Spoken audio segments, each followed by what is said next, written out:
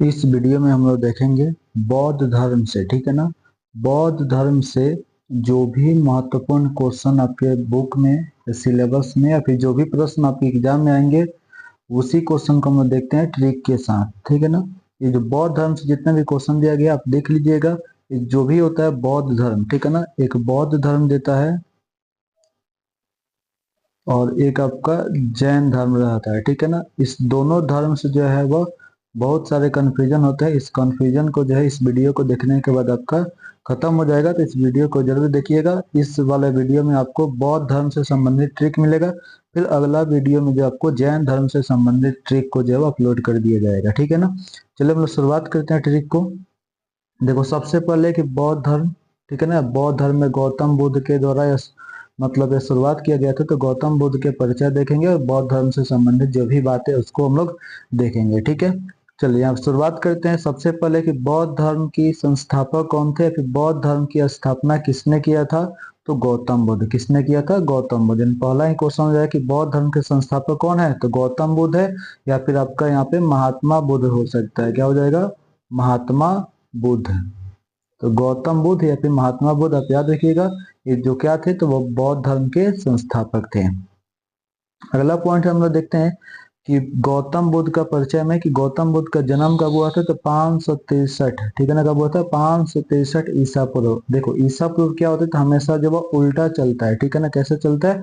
उल्टा। जैसे 563 ईसा पूर्व, फिर 562 आएगा, फिर 561 आएगा। वही अगर वहीं हम लोग ईस्वी की बात करते हैं तो 563 ईस्वी, 564 ईस्वी, आपका ईस्वी हो गया जो सीधा चलता है, और ईसा पूर्व जो हमेशा उल्टा चलता है। तो पहला दूसरा ये क्वेश्चन हो जाएगा कि गौतम बुद्ध का जन्म कब हुआ था। तो 563 ईसा पूर्व में इनका जन्म हुआ था। और कहा है कि जन्म स्थान, यहाँ पे स्थल भी दे सकता है, ठीक है ना, कि जन्म स्थान या फिर जन्म स्थल जो है इनका कहाँ था। इनका जन्म स्थल कहाँ था? लुम्बिनी था, ठीक है ना। कहाँ था? लुम्बिनी, ठीक है। तो ये आपका पॉइंट क्लियर हो गया कि महात्मा बुद्ध का या फिर गौतम बुद्ध का जन्म जो है वह कहाँ हुआ था, तो लुम्बिनी में हुआ था। अगर नहीं याद होगा तो देखो ट्रिक इसका क्या है, ठीक है ना। तो हम लिखते हैं महात्मा। क्या लिखते हैं? महात्मा। महात्मा बुद्ध हम लोग लिखते हैं ना। तो जो महात्मा बुद्ध हम लोग लिखते हैं तो इसमें देखिए म से चालू होगा। क्या चालू होगा? म से। तो इसमें हम लोग लुम्बिनी भी कहेंगे तो इसमें म आएगा। लुम्बिनी क्या हो गया? इनका जन्म स्थान हो गया, ठीक है ना। तो इनका जन्म स्थान कहाँ था? लुम्बिनी। लुम्बिनी कहाँ पड़ता है? नेपाल में पड़ता है। कहाँ पड़ता है? नेपाल में। आप याद रखिएगा लुम्बिनी कहाँ पड़ता है? नेपाल में पड़ता है, ठीक है। 3 क्वेश्चन हो गया। पहला क्वेश्चन में जो बौद्ध धर्म था इसका संस्थापक कौन थे? गौतम बुद्ध थे। गौतम बुद्ध का जन्म कब हुआ था? 563 ईसा पूर्व में इनका जन्म हुआ था। और जन्म कहाँ हुआ था? लुम्बिनी में हुआ था। लुम्बिनी कहाँ है? तो नेपाल में। लुम्बिनी कहाँ है? नेपाल में जो है वह लुम्बिनी है, ठीक है ना। चलिए अगला हम लोग देखते हैं कि इनकी शादी जो वह 16 वर्ष की उम्र में हुआ था। कब हुआ था? 16 वर्ष की उम्र में हुआ था। और पूछा किससे हुआ था? तो यशोधरा से। किससे हुआ था? यशोधरा से, ठीक है ना। यशोदा नहीं, ठीक है ना। यशोदा जो है आपका अलग हो जाएगा, ठीक है ना, वो महावीर वाला में चला जाएगा, ठीक है। उनकी माँ का नाम यशोदा था, ठीक है ना। लेकिन यहाँ पे अगर इनकी शादी किससे हुआ था? यशोधरा से हुआ था। वैसे हम लोग आगे देखेंगे परिचय में, अब इसको हम लोग हटाते हैं। तो क्लियर हो गया कि इनकी शादी कितने वर्ष की उम्र में हुआ था? 16 वर्ष की उम्र में इनकी शादी हुआ था। देखिए अगला पॉइंट हम लोग देखते हैं कि पूरा की शादी कितने वर्ष की उम्र में? 16 वर्ष की उम्र में। और फिर जो राजमहल को कब छोड़ देते हैं, ठीक है ना, यानी वह राजमहल को कितने वर्ष की उम्र में छोड़ देते हैं? 29 वर्ष की उम्र में गौतम बुद्ध जब राजमहल को छोड़ देते हैं और वह शिक्षा ग्रहण करने के लिए यानी दुनिया की सत्य को खोज करने के लिए वह निकल पड़ते हैं, ठीक है ना।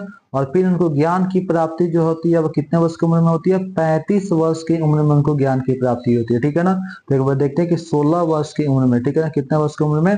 16 वर्ष की उम्र में क्या हुआ था? तो 16 वर्ष की उम्र में उनकी शादी हुआ था। 29 वर्ष की उम्र में जो क्या करते हैं, तो वो अपने राजमहल को छोड़ देते हैं। और फिर 35 वर्ष के उम्र में उनको ज्ञान की प्राप्ति होती है। और ज्ञान की प्राप्ति कहाँ होती है? बोध गया में, ठीक है ना। ज्ञान की प्राप्ति कहाँ होती है? बोध गया में उनको ज्ञान की प्राप्ति होती है। अगले थे महापरिनिवारण, ठीक है ना। महापरिनिवारण, इनको महापरिनिवारण यानी इनकी जो है वह मृत्यु, ठीक है ना, मृत्यु की बात किया जा रहा है। इनकी मृत्यु जो है वह कितने वर्ष की उम्र में हुआ था, तो 80 वर्ष की उम्र में हुआ था। तो आपका उम्र से संबंधित 4 क्वेश्चन है, चारों क्वेश्चन को देख लीजिएगा। एक पहला क्वेश्चन यहाँ पे कि इनकी शादी कितने वर्ष की उम्र में हुआ था, 16 वर्ष की उम्र में। राजमहल को कितने वर्ष की उम्र में छोड़ दिए थे, तो 29 वर्ष की उम्र में छोड़ दिए थे। फिर इनको ज्ञान की प्राप्ति कितने वर्ष की उम्र में हुआ था, तो 35 वर्ष की उम्र में ज्ञान की प्राप्ति हुआ था।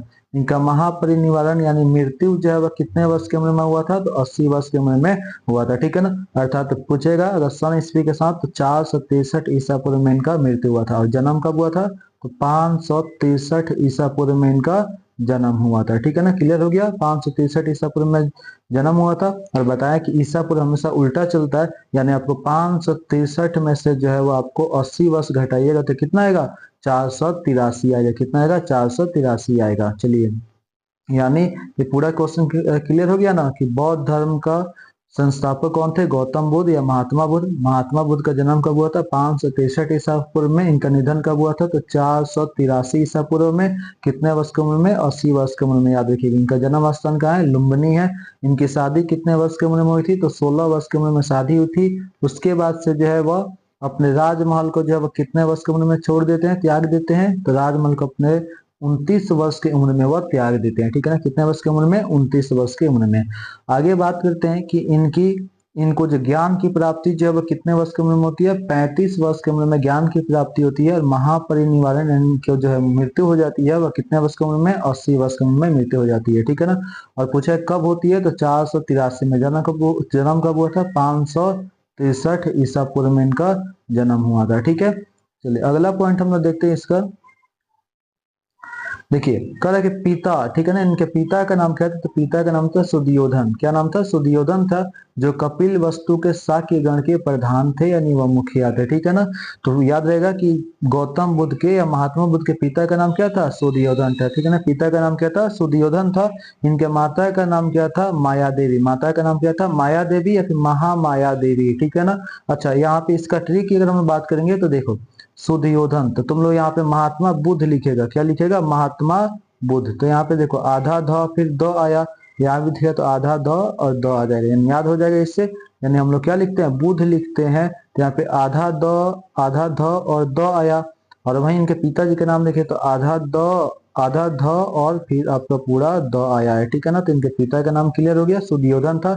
और माता का नाम देखेंगे तो देखो गौतम बुद्ध क्या थे, गौतम बुद्ध जो थे, गौतम बुद्ध वो महान थे। क्या थे, महान थे। तो जब गौतम बुद्ध महान थे तो इनकी माता भी तो महान होगी, ठीक है ना। तो महान से क्या हो गया, माया देवी या महामाया देवी, ठीक है ना। आगे देखते हैं इनके बचपन का नाम क्या था, सिद्धार्थ। तो फिर से हम लोग बुद्ध लिखते हैं। क्या लिखते हैं, बुद्ध। इसमें देखें तो फिर यहाँ पे आधा ध और द आया है। क्या आया है, आधा ध और द आया है। तो क्या हो जाएगा, बचपन का नाम इनका सिद्धार्थ हो जाएगा, ठीक है। देखो अब इनकी माता का नाम क्या था, माया देवी या महामाया देवी। जब गौतम बुद्ध का जन्म होता है तो उसके 7 दिन के बाद, कितने दिन के बाद, 7 दिन के बाद इनके माता का निधन हो जाता है। कितने दिन के बाद, 7 दिन के बाद इनके माता का निधन होता है।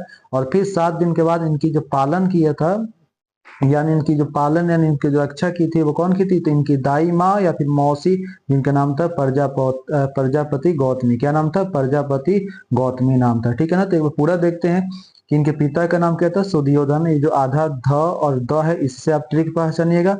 माता का नाम था माया देवी या महामाया देवी, यानी गौतम बुद्ध क्या थे, तो महान थे। क्या थे, महान थे, ठीक है ना। तो महान से जब गौतम बुद्ध महान थे तो इनकी माँ भी महान होगी, तभी ना जन्म दिया महान बच्चे को, ठीक है ना। तो महान से माया देवी या महामाया हो गया। अब बचपन का नाम क्या था, सिद्धार्थ। तो हम लोग कहते हैं यहाँ पे लिखते हैं बुद्ध। क्या लिखते हैं, बुद्ध। तो यहाँ पे आधा ध और द आया, तो सिद्धार्थ में भी आधा ध और द रहेगा। तो सिद्धार्थ इनके माता का बचपन का नाम हो जाएगा, ठीक है। चलिए अगला पॉइंट देखते हैं कि इनकी पालन पोषण, ठीक है ना। इनकी पालन पोषण किसने की थी, तो दाई माँ, ये फिर आप मौसी कह सकते हैं, दाई माँ या मौसी महाप्रजापति गौतमी द्वारा जो है क्या किया गया था, इनके पालन पोषण किया गया था। अब इसको याद कैसे कीजिएगा, हम लोग गौतम बुद्ध के बारे में पढ़ रहे हैं। किसके बारे में, गौतम बुद्ध के बारे में पढ़ रहे हैं। तो गौतम बुद्ध के बारे में जब पढ़ रहे हैं तो गौतम से क्या हो गया, गौतमी हो गया, ठीक है ना। चलिए इनकी पत्नी का नाम क्या था, तो इनकी पत्नी का नाम था यशोधरा। क्या नाम था, यशोधरा, ठीक है ना। शाक्य वंश के, शाक्य कुल के थी। और इनकी शादी जो है वह मतलब महात्मा बुद्ध के 16 वर्ष की उम्र में होती है। कितने वर्ष की उम्र में होती है, 16 वर्ष की उम्र में होती है। किससे होती है, यशोधरा से शादी होती है। और इनका एक संतान होता है जिसका नाम रहता है राहुल। क्या नाम था? राहुल। यानी मतलब गौतम बुद्ध के पुत्र का नाम, बेटा का नाम क्या था? राहुल था। ठीक है ना? ये पूरा क्लियर हो गया होगा। यहाँ से देख लीजिएगा। सबसे पहले था यहाँ पे कि इनके पिता का नाम क्या था, तो इनके पिता का नाम क्या था? सुयोधन था। ठीक है ना? इनके माता का नाम क्या था? माया देवी, महामाया। ठीक है, आपको बता दिए। बचपन का नाम क्या था? सिद्धार्थ था। इनके पालन करने वाले, इनके रक्षा करने वाले दाई माँ या मौसी का नाम क्या था? तो महाप्रजापति गौतमी था। इनके पत्नी कौन थी? यशोधरा। इनकी शादी कितने वर्ष की उम्र में हुआ था? तो 16 वर्ष की उम्र में हुआ था। ठीक है ना? इनका बेटा का नाम क्या था? तो राहुल था। क्या नाम था? राहुल था। ठीक है, अगला पॉइंट हम लोग देखते हैं। यहाँ पे देखो एक पॉइंट दे ही दिया है, पुत्र। ठीक है ना? यानी पुत्र का नाम क्या था? राहुल था। चलिए यहाँ पे हम लोग पॉइंट को देखते हैं। अब अगला पॉइंट है कि ज्ञान की प्राप्ति। ठीक है ना? ज्ञान की प्राप्ति आपको बताएं कि महात्मा बुद्ध को ज्ञान की प्राप्ति जो है वह कितने वर्ष की उम्र में हुआ था? तो 35 वर्ष की उम्र में ज्ञान की प्राप्ति हुआ था। ठीक है ना?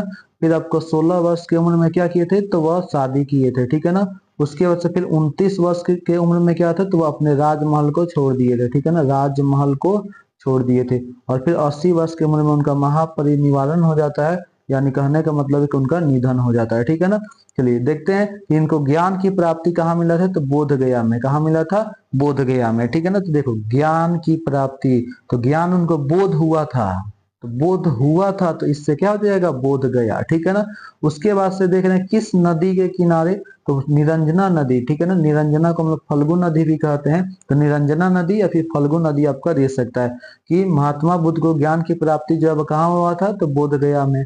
किस नदी के किनारे, किस नदी के तट पर? तो निरंजना नदी के तट पर या फिर फल्गु नदी के तट पर। और किस पेड़ के नीचे? तो पीपल वृक्ष के नीचे, जिसे हम लोग बोधि वृक्ष के नाम से जानते हैं। किस नाम से जानते हैं? बोधि वृक्ष के नाम से जानते हैं। ठीक है ना? बोधि वृक्ष के नाम से भी इसे हम लोग जानते हैं। तो महात्मा बुद्ध को ज्ञान की प्राप्ति कहाँ हुआ था? बोध गया में हुआ था। और निरंजना या फिर फल्गु नदी के तट पर पीपल वृक्ष के नीचे इनको ज्ञान की प्राप्ति हुआ था। ठीक है, ये प्रथम उपदेश कहाँ दिए थे? सारनाथ में। प्रथम उपदेश कहाँ दिए थे? सारनाथ में प्रथम उपदेश दिए थे, आप याद रखिएगा। ठीक है ना? और उपदेश वह किस भाषा में दिए थे? तो पाली भाषा में। किस भाषा में दिए थे? पाली भाषा में अपना उपदेश दिए थे। ये भी आप ध्यान रखिए। देखो अब इसमें टोटल आपको स्थान की बात करेंगे तो स्थान आपको 4 स्थान मिल गया। कितना स्थान मिल गया? 4 स्थान। चलो हम लोग चारों स्थान को हम लोग देखते हैं ठीक से। ठीक है, चलिए यहाँ पे हम लोग चारों स्थान को हम लोग चर्चा करते हैं। देखो सबसे पहले हमको मिला है जन्म स्थान। क्या मिला है? जन्म स्थान। तो जन्म इनका कहाँ हुआ था? तो लुम्बिनी में। कहाँ हुआ था? लुम्बिनी में। फिर दूसरा हम लोग देखे हैं कि इनको ज्ञान की प्राप्ति, यानी ज्ञान की प्राप्ति कहाँ हुआ था? बोध गया में। कहाँ प्राप्ति हुआ था? बोध गया में। पहला उपदेश कहाँ दिए थे? तो पहला उपदेश जो दिए थे वह आपका सारनाथ में। कहाँ दिए थे? सारनाथ में। ठीक है, इनका निधन कहाँ हुआ था? तो इनका जो निधन हुआ था वह कुशीनगर में हुआ था। कहाँ हुआ था? कुशीनगर, जो आपका उत्तर प्रदेश में पड़ता है, मल्लों की राजधानी कहा जाता है। ठीक है ना? चलिए इसको हम लोग देख लेते हैं कि उपदेश जो है वह किस भाषा में दिए थे? पाली भाषा में दिए थे।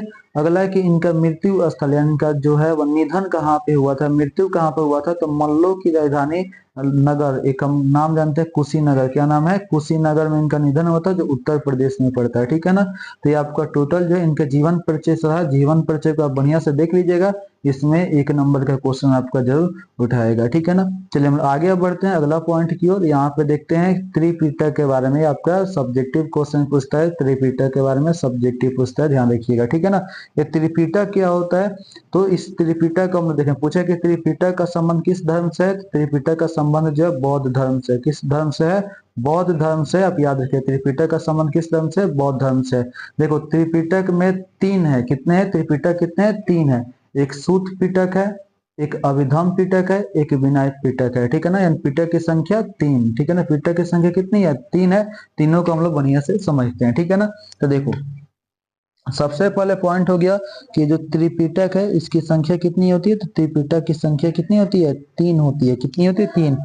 पहला क्या होता है? सूत पिटक। क्या होता है? सूत पिटक। ठीक है, उसके बाद से होता है अभिधम पिटक। क्या होता है? अभिधम पिटक। और तीसरा क्या होता है? विनय पिटक। ठीक है ना? आप पिटक की संख्या याद रखिएगा, 3 होता है, सूत पिटक, अभिधम पिटक और विनय पिटक। ठीक है ना? ये तीनों आपका पिटक की संख्या हो गया। अब यहाँ पे देखते हैं कि सूत पिटक की संकलन किसने किया था, तो आनंद ने किया था। किसने किया था? आनंद ने। ये भी आप याद रखिएगा कि सूत पिटक का संकलन किसने किया था? आनंद ने किया था, ठीक है ना, इसको याद रखिएगा। जो गौतम बुद्ध के जो थे वह क्या थे? शिष्य थे, ठीक है ना। फिर है कि अभिधम्म पिटक का संकलन किसने किया था? तो अभिधम्म पिटक का संकलन किसने किया था? तो मोगलीपुत्र ने। किसने? मोगलीपुत्र ने किया था। फिर है विनय पिटक, ठीक है ना। विनय पिटक का जो है वह संकलन जो है वह किसने किया था?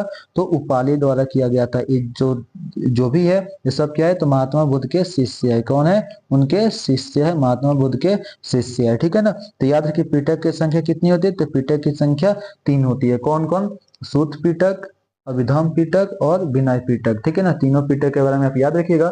सूत पिटक का संकलन किसने किया था? आनंद द्वारा किया गया था। अभिधम्म पिटक तो मोगली पुत्र तीस द्वारा, और विनय पिटक का संकलन किसके द्वारा? तो उपाली द्वारा विनय पिटक का संकलन किया गया था, ठीक है ना, याद रहेगा। चलिए अभी सूत पिटक में क्या है? तो इसमें शिक्षाओं का संग्रह है, ठीक है ना। क्या चीज है? तो शिक्षाओं का संग्रह है। अब तक पूरा क्लियर हो गया होगा कि सबसे पहले हम लोग यहाँ पे देखें कि त्रिपिटक की संख्या कितनी होती है? त्रिपिटक की संख्या 3 होती है। और सूत पिटक जो है वो उसके संकलन किसने किया था? आनंद ने किया था। अभिधम्म पिटक का संकलन किसने किया था? मुगली पुत्र 30 द्वारा किया गया था। विनय पिटक किसके द्वारा? तो उपाली द्वारा, ठीक है ना। और हम बात करते हैं सूत पिटक जो है वह, सूत पिटक में क्या है? तो इसमें शिक्षाओं का संग्रह है। क्या है? यानी बौद्ध धर्म की शिक्षाओं का संग्रह है, ठीक है ना, सूत पिटक में। अभिधम्म पिटक में क्या है? तो अभिधम्म पिटक में जो है वो उपदेशों का संग्रह है। क्या है? उपदेशों का संग्रह है, ठीक है ना। तो इसको आप याद रखिएगा। आगे हम लोग चलते हैं। अगला पॉइंट को देखते हैं कि त्रिरत्न, ठीक है ना, यानी इसमें हो जाएगा कि बौद्ध धर्म के त्रिरत्न कितने हैं? तो बौद्ध धर्म के त्रिरत्न कितने हैं? 3 है। कौन कौन? बुद्ध है, संघ है और धम्म है, ठीक है ना। कौन कौन है? बुद्ध, धम्म। तो बुद्ध, धम्म और एक और हो जाएगा संघ, ठीक है। अगला पॉइंट हम लोग देखते हैं यहाँ पे बौद्ध धर्म के 4 सत्य कौन कौन से है, ठीक है ना। बौद्ध धर्म के 4 सत्य कौन कौन से?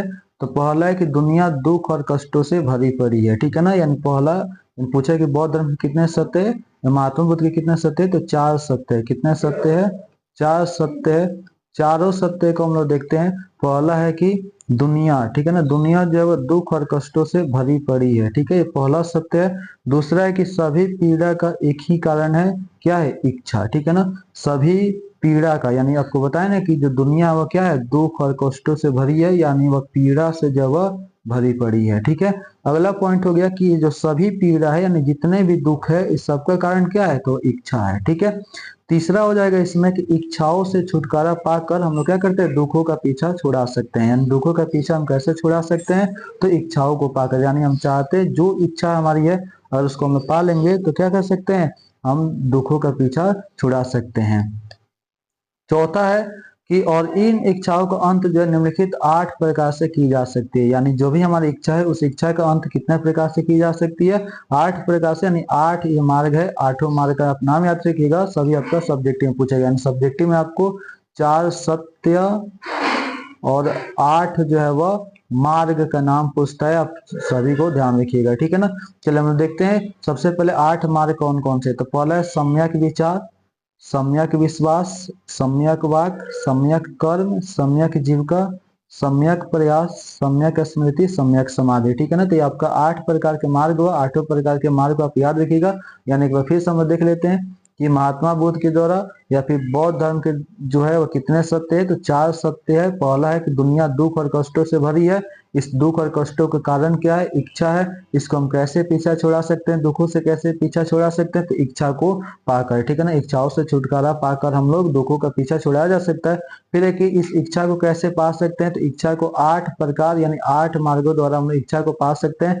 8 मार्गों का नाम क्या क्या है? तो देख लीजिएगा 8 मार्गों का नाम क्या क्या है? सम्यक विचार, सम्यक विश्वास, सम्यक वाक, सम्यक कर्म, सम्यक जीविका, सम्यक प्रयास, सम्यक स्मृति और सम्यक समाधि। आपका क्या हुआ?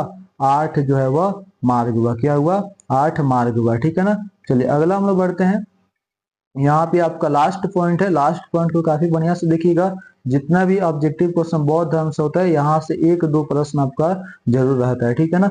चलिए तो हम लोग यहाँ पे देखो, अगर ये जो है आपका सिर्फ बौद्ध धर्म से संबंधित ट्रिक को बताएगा। अगर आप चाहते हैं कि पूरा नोट्स से कंप्लीट करने के लिए, तो आप नोट्स के लिए जब कांटेक्ट कर सकते हैं। यहाँ पे नंबर दिया गया है, आप व्हाट्सअप मैसेज जो आप कर सकते हैं, ठीक है ना। आपको नोट्स प्रोवाइड कर दिया जाएगा, साथ में इसका MCQ set, question bank set सब कुछ इसको भेज दिया जाएगा, ठीक है। चलिए यहाँ पे हम लोग देखते हैं अब यहाँ पे क्या चीज है। तो यहाँ पे आपको दिया गया है कि बौद्ध संगति के बारे में, किसके बारे में, तो बौद्ध संगति के बारे में दिया गया है, ठीक है ना।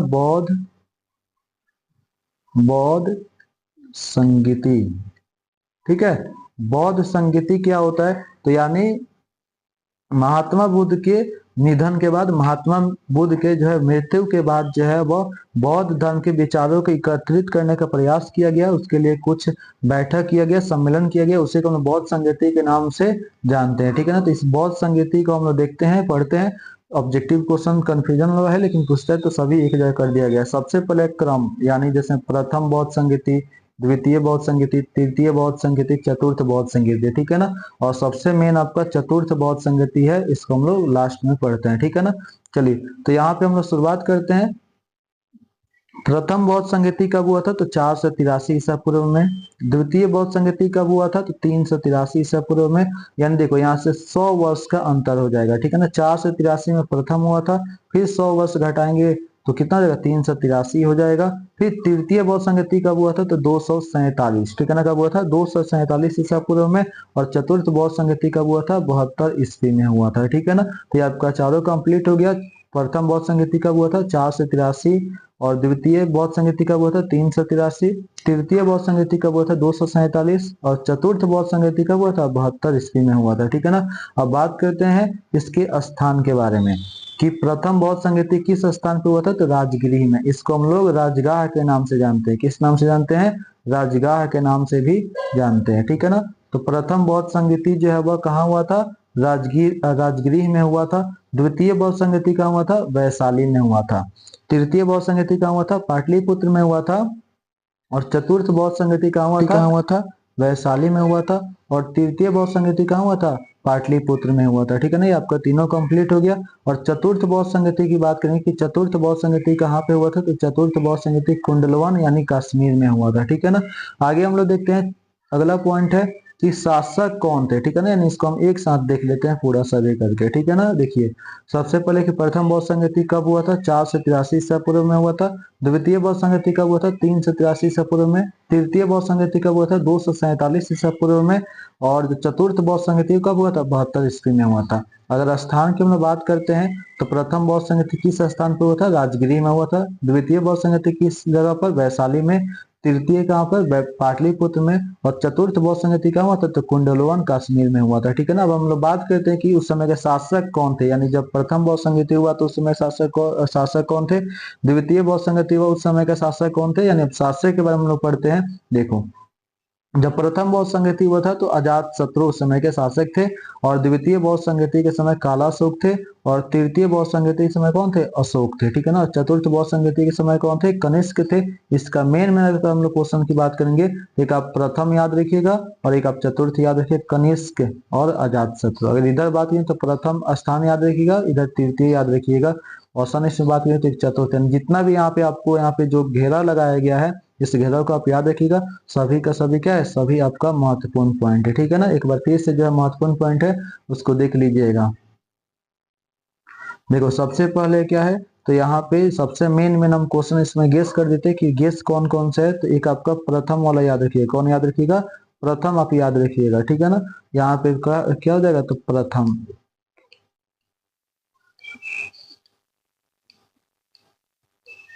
ठीक है। यानी प्रथम अजात शत्रु हो जाएगा, क्या हो जाएगा, अजात शत्रु, ठीक है। इसको आप ध्यान रखिएगा, अजात शत्रु को। उसके बाद से यहाँ पे अजात शत्रु, फिर आपका अशोक, ठीक है, और कनिष्क। फिर आगे चलते हैं स्थान में, तो एक राजगृह वाला याद रखिएगा, पाटलिपुत्र वाला याद, सन ईस्वी में 72 ईस्वी वाला याद रखिएगा, ठीक है ना। तो आपका कुछ पॉइंट रहा बौद्ध धर्म से संबंधित। अब अगला पॉइंट के बारे में हम लोग देखते हैं, यहाँ पे इसको समझ लेते हैं कि जो चौथी, ठीक है ना, कौन सा, चौथी, जो चौथी बौद्ध संगति हुआ था उस दौरान जब बौद्ध धर्म, ठीक है ना, कौन सा, बौद्ध धर्म जो है वह 2 भागों में बट गया था। कितने भागों में बट गया था, 2 भागों में बट गया था, ठीक है ना। एक था आपका कौन सा, तो एक था आपका महायान, क्या था, महायान। और दूसरा था हीनयान, कौन था दूसरा, हिनयान, ठीक है ना। तो पूछेगा कि महायान और हिनयान का संबंध किस धर्म से है? बौद्ध धर्म से, ठीक है ना। महायान कौन थे? तो महायान में वैसे लोग शामिल थे जो बुद्ध को, ठीक है ना, एक देवता मानते थे, यानी भगवान मानते थे, उनकी पूजा करते थे। और हिनयान में कैसे लोग शामिल थे? तो हिनयान में वैसे लोग शामिल थे जो बुद्ध को जो है वह देवता नहीं मानते थे, कि आम आदमी मानते थे, उनकी पूजा नहीं करते थे, ठीक है ना। तो चौथी बौद्ध संगति के दौरान जो है वह बौद्ध धर्म कितने भागों में बट गया था? तो 2 भागों में बंट गया था, ठीक है ना। तो ये आपका जो है बौद्ध धर्म से संबंधित कुछ महत्वपूर्ण प्रश्न रहा, जिसको ट्रिक से समझाए हैं। इसके बाद से कल के वीडियो में हम लोग जैन धर्म से संबंधित देखेंगे। कौन सा? तो जैन धर्म से संबंधित हम लोग पॉइंट को देखेंगे। चैनल को सब्सक्राइब करके रखिएगा। कल फिर जो है मिलते हैं अगले क्लास में, ठीक है।